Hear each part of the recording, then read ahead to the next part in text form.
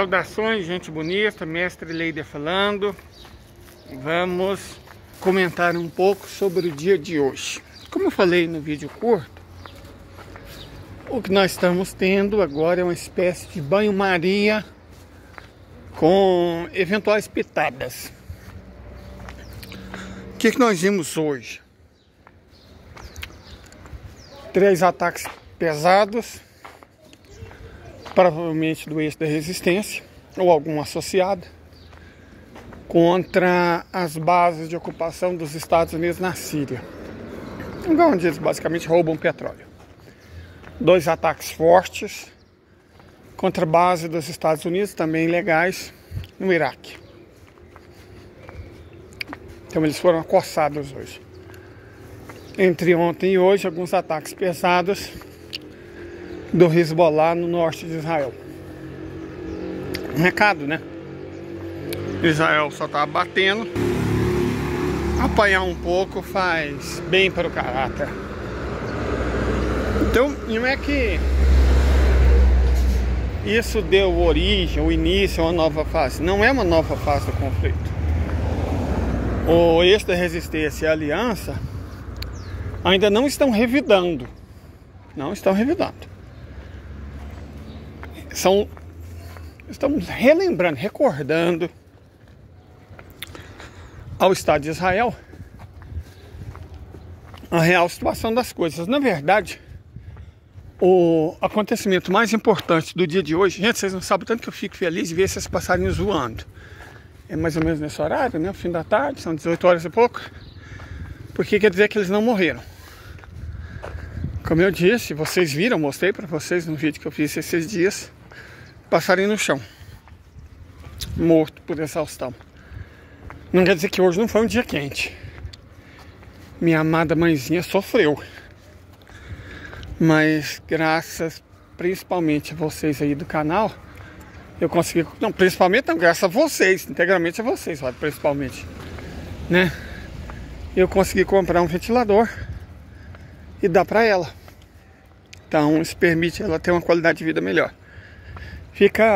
Meus irmãos trabalham à noite, então fica todo mundo dentro dos quartos, porque é onde dá para ficar. Até para almoçar a gente pega um dos ventiladores e coloca na copa, porque senão não dá nem para comer. De verdade, Goiás é um lugar bem horrível. Não era assim não, mas agora é. Eu nunca na minha vida vi um verão tão quente quanto esse. Está muito quente. Está muito quente. Eu sei que é o El Niño, mudança climática, a gente sabe. Mas sentia outra história. Sentia outra história. Então, casa que tem ar-condicionado, de boa. Mas quem não tem, urra, passa gato. Tá realmente muito quente. Bom, mas voltando ao assunto. O acontecimento mais importante do dia não foram os ataques do eixo da resistência. Eu também não sei se a Síria esteve envolvida, ou o Iraque. Eu falo do governo contra as bases dos americanos na região onde eles roubam petróleo, entre o nordeste da Síria e o noroeste do Iraque, na região do Kurdistão, né? Os curdos são os cúmplices deles, dos americanos, no roubo de petróleo. Não é uma mudança. Não é uma mudança. Hoje Israel fez o que está sempre fazendo, mas em menor intensidade. Eu também não diria que é uma mudança. A questão é que Israel já tem que começar a se preocupar em poupar munição. E começar a se preocupar seriamente em poupar munição. Talvez ela já tenha percebido a estratégia da aliança com o eixo de resistência, que é fazer eles sangrarem. Certo? Gastar recursos, gastar material humano, gastar munição, gastar equipamento. Igualzinho a Federação fez com a Ucrânia. E a OTAN inteira. Até chegar no ponto que ela está hoje. Hoje, Se a federação quisesse, ela atropelava a Ucrânia e terminava. Mas para quê? Se ela tem muito a ganhar mantendo os Estados Unidos numa guerra de duas frentes. Na verdade, era interesse dos Estados Unidos colocar a Rússia numa guerra de duas frentes. Eles tentaram na Geórgia, tentaram na Armênia. Oi, traidor Pachinian. Oi, Roberto. Tentaram, né? Com a Armênia, tentaram com a Geórgia, para fazer uma guerra de duas frentes. Deram com os burros na água. E agora eles estão sofrendo com a guerra de duas frentes. Uma na Ucrânia e outra no Oriente Médio. Sem ter condição de manter nenhuma das duas. No pior momento econômico possível. É o que eu disse. A estratégia para eles sangrarem. Sem pressa. Ah, mas e os palestinos? É o que eu disse em vídeos anteriores. Ninguém se importa. Concretamente, eles são um agente pobre, numa terra pobre. E um agente indígena. Ninguém se preocupa com esse tipo de... O capitalismo, não. Por isso que, na prática, eles têm como aliado mesmo somente o Irã. Né? Os dois Said, Ali Khamenei e Ebrahim Raisi. São os únicos que de fato se importam com aquele povo. Mas, por questão tática, estratégica, operacional, eles não podem agir nesse momento. Certo? O Irã faz parte da aliança. O Irã faz parte dos BRICS+. Então, não é o momento. É aquilo que eu disse. Lastimavelmente, os palestinos estão servindo como cordeiro de sacrifício.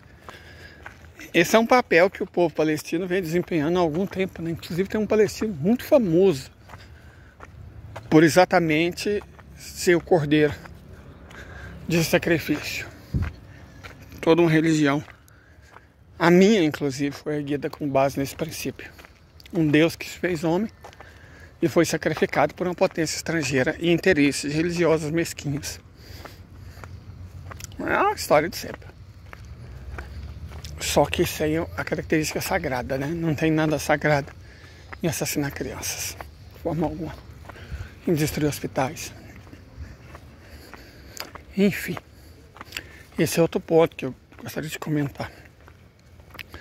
Não só cada dia que passa, as capacidades de defesa de Israel vão sendo exauridas, como a economia dos Estados Unidos vai se arruinando. Assim, é de muito interesse do eixo da resistência, né? E da aliança, que essa situação perdure pelo máximo de tempo que eles conseguirem segurar. Então, por mais que talvez Israel amanhã apele, lance um grande ataque, muito dificilmente o eixo da resistência ou a aliança vão reagir. Certo? Para manter a coisa de fogo baixo. Por exemplo, hoje, Israel manteve um perfil baixo. E aí, exatamente, porque hoje Israel manteve um perfil baixo, o que a aliança e o eixo fizeram? Desceram o borralho. Por quê? Exatamente para Israel não manter um perfil baixo. Eles não querem, não é de interesse deles que Israel mantenha um perfil baixo. Eles têm que manter um perfil alto para consumir reservas, recursos, mão de obra. Eles precisam que Israel sangre. O Estado de Israel sangre. Então, hoje Israel manteve o perfil baixo e a Borduna comeu. Exatamente para que isso não aconteça.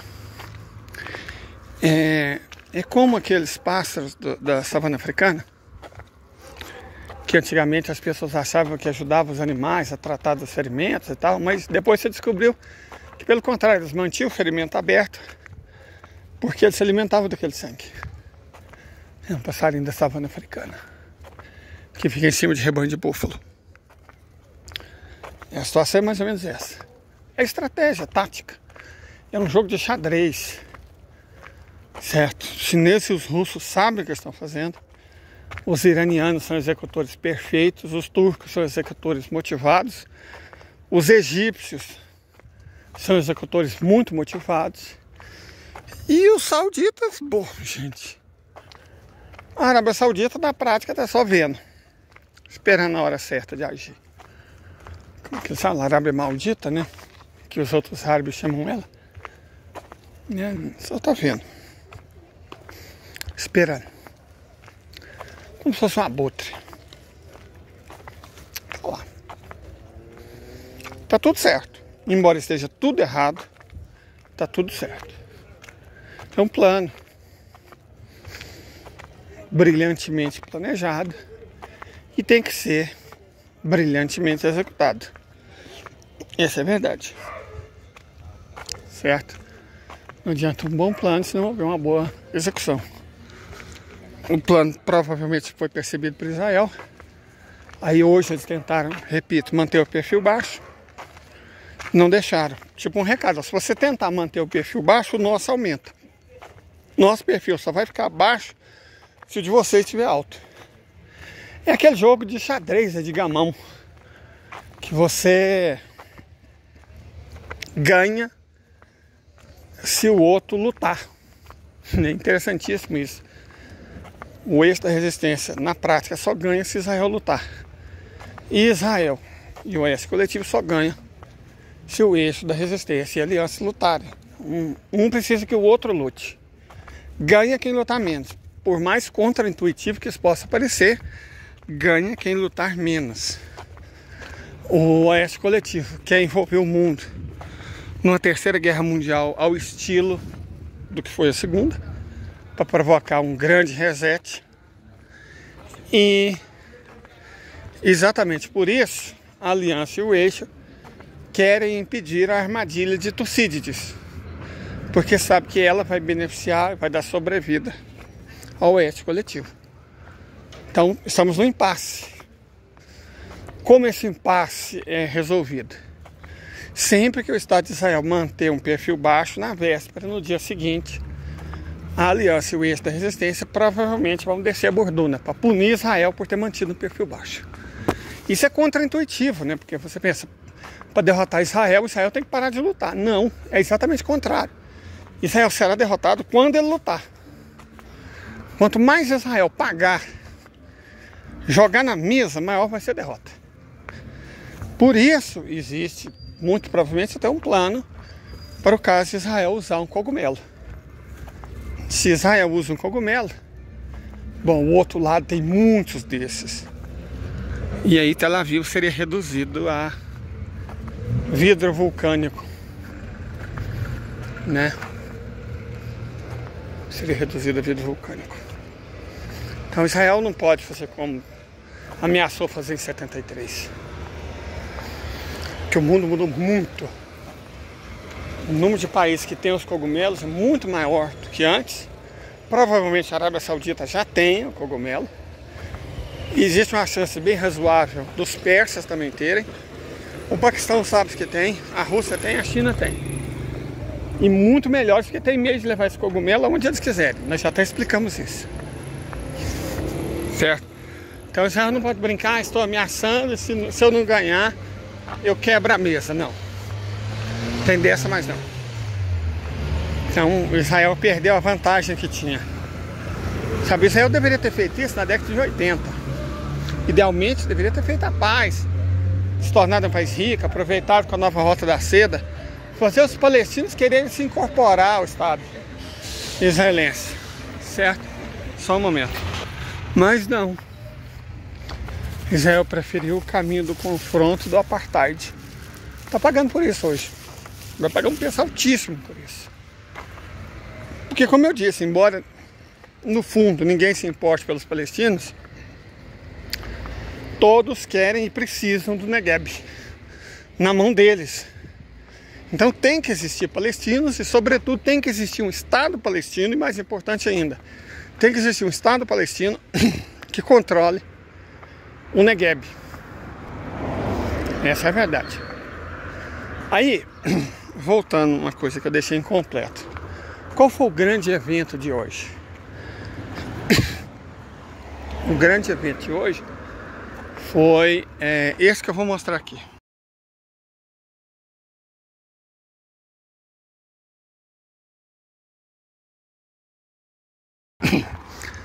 A desabilitação em pleno ar de um míssil Patriot. Como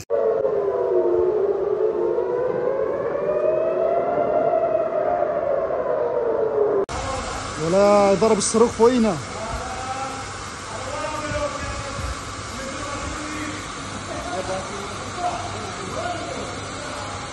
quem diz, ó, isso não é arma pra nós mais não. Nossa interferência eletrônica é plenamente capaz de derrubá-lo no ar. Então não interessa quanto vocês lancem, é uma arma cara. Nós vamos derrubar eles, sem gastar munição.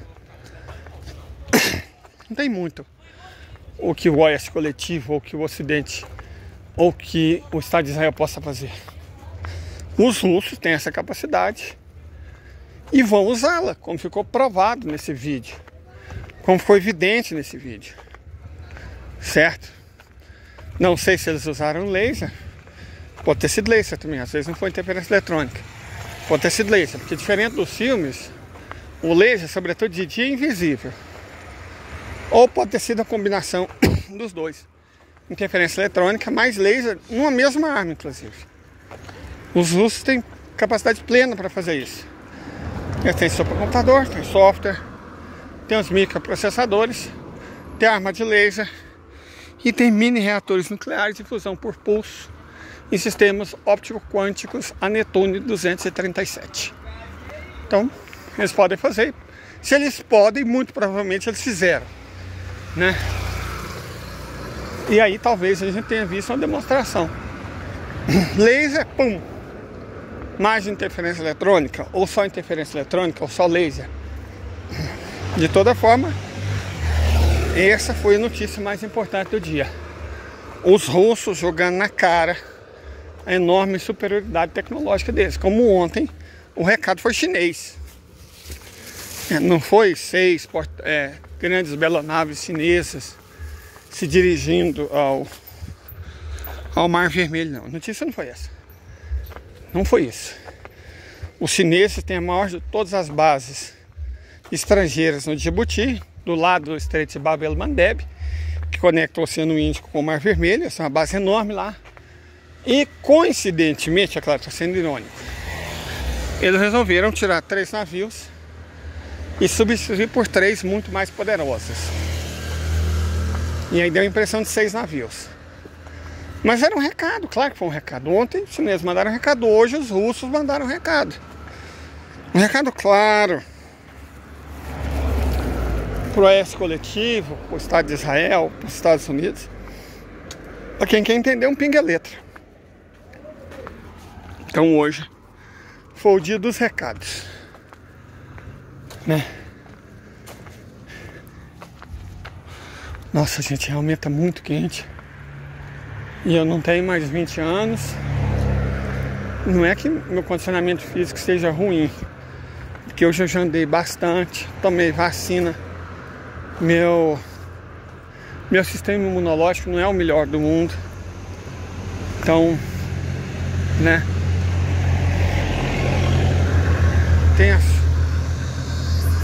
Mas vamos lá. Só esperar diminuir um pouco o barulho. Ah não, tem jeito de esperar não. Olha só a cigarra. Olha que barulho massa. Depois eu passo mal. Agora eu vou ouvir as cigarras. Tem um negócio de estabilizar a imagem. Meu celular é um Samsung M53. E eu vou tentar aprender a usar. Parece que não é difícil. A gente só tem que ajustar aqui mesmo nas configurações, né? Tem que ser 30 FPS, eu uso 60. Então reduz para 30 e tem jeito de ligar um ajuste automático, porque a imagem fica meio trêmula, né? Deixa eu passar por aqui. Eu acho muito bonito esses túneis escuros, porque às vezes, seja porque na prática a gente está sofrendo também exaustão térmica, e aí o raciocínio não fica tão rápido quando a gente gostaria, né? Fica difícil, porque eu também sou diabético. E eu sou um diabético recém-vacinado. Então, não é a melhor combinação. Oh, meu Deus, que homem ágil, né? Às vezes fica difícil. Mas ajuda se realmente a câmera balançar menos. Quando chegar lá em casa, claro, eu vou tomar banho primeiro, né? E depois eu vou ver se eu ajusto as configurações para amanhã eu conseguir gravar um vídeo tremendo o mínimo possível. Eu já tô levando meu headphone, que eu ganhei graças a todo mundo do canal, né? Ganhei os Pix, comprei um headphone. Finalmente ele chegou da Grande Mãe China. Eu até ia testar ele hoje, mas não dá. Eu tô fisicamente meio não bom. Então vamos evitar, né? Só beber água, bastante água. Ficar quieto. Estudar, tem que ler, tem que saber das notícias, tem que assistir vídeo, tem que ver outros podcasts, tem uns caras muito bons. Meu inglês não é tão bom assim. Então eu consigo ler bem, mas ouvir eu ainda tenho uma certa dificuldade. Então às vezes eu levo um tempinho a mais de tempo. E é claro que eu tenho que me manter informado, porque senão eu vou ficar falando groselha. Socorro. Não queremos isso, ninguém merece. Bonita essa paisagem, né, gente? É como se fosse uma aldeia. Só que com a ferrovia no centro, dentro da cidade. Uau! Eu lembro quando eu era pequeno, a gente morava na roça, lá não tinha nem eletricidade, não tinha energia elétrica. Nossa comunicação com o mundo era um radinho a pilha, motorrádio. Então, os brinquedos a gente mesmo fazia. E engraçado, para isso eu tive sempre uma imaginação muito fértil, né? Eu consegui me divertir com pouca coisa. Então eu gosto de imaginar. Depois eu descobri que a criatividade, que é como eles chamam, é uma virtude, ajuda a gente a construir, imaginar cenários. Depois a gente analisa racionalmente esse cenário, compara com outros cenários possíveis, um cenário feito por outras pessoas, e aí a gente consegue chegar a conclusões interessantes. Estava até comentando sobre isso no nosso grupo, porque não sou só eu, muita gente lá do nosso grupo tem ideias muito boas, certo? E às vezes até sequestra algumas.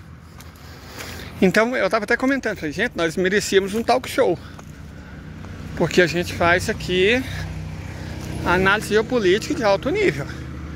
Tem de tudo no nosso grupo, né? Tem aquela cujo nome não pode ser dita, tem argentino, tem altos gringos. Então, pessoas que de vastas áreas do saber diferente, vários tipos de experiência. Então dá para trocar bastante ideia. Olha o tanto que isso é bonito também.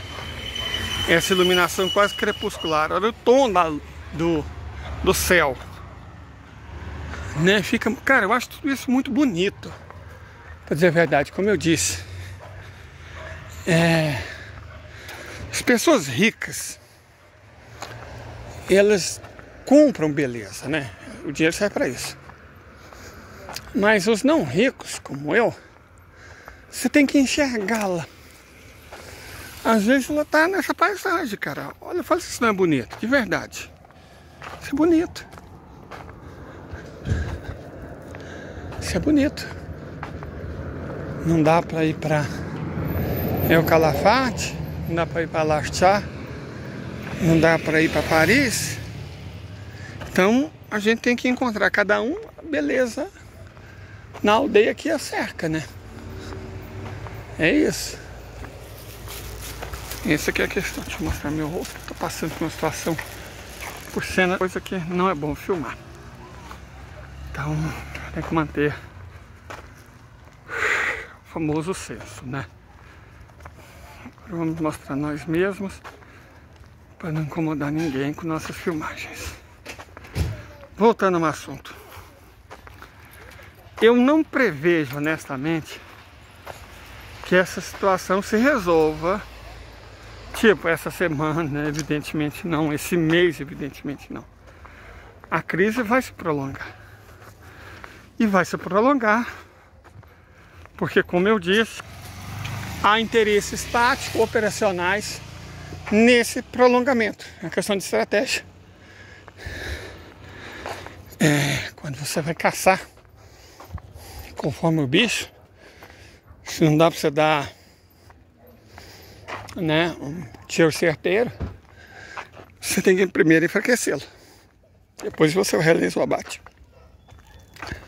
Eu sei que é uma analogia pesada, mas é disso que se trata. Certo? A geopolítica, gente, ela não é uma coisa bonita. A geografia política é ótima, eu amo.